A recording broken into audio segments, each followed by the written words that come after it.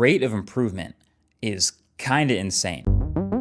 So I'm in the middle of reviewing these new iPhones, which are pretty interesting, but they're new iPhones, so they're iterative.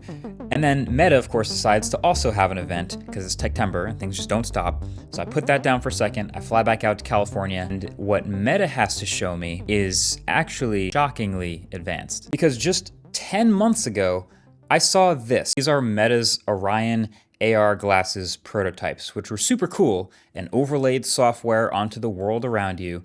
But they could never sell these things because the materials alone cost like 10 grand and they're a bit too cumbersome, and they have a whole separate stick with a computer in it that's nearby, and they overheat and the battery lasts like an hour. It was a cool proof of concept of a bleeding edge technology, but not a real product. Now here we are 10 months later, and they're handing me a finished product with a price tag and a release date. And it's these, the Meta Ray-Ban Display.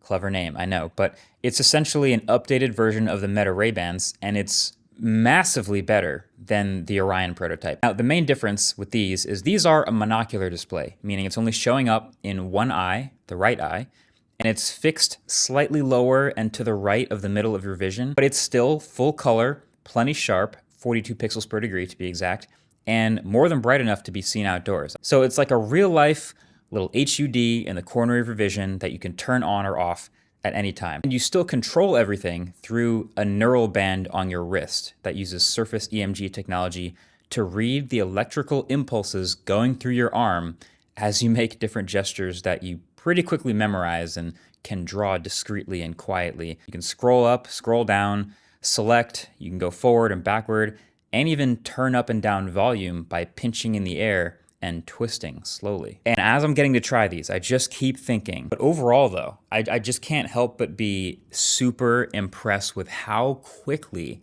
they have been moving forward with this. Like I said, less than a year ago was that crazy prototype with the separate computer and the $10,000 bill of sale. And now here we are. It's moving so quickly. But yeah, seeing how fast these improved really actually, for the first time in a while, got me thinking about if it could bring us closer to a post-smartphone world, which is obviously still super far away.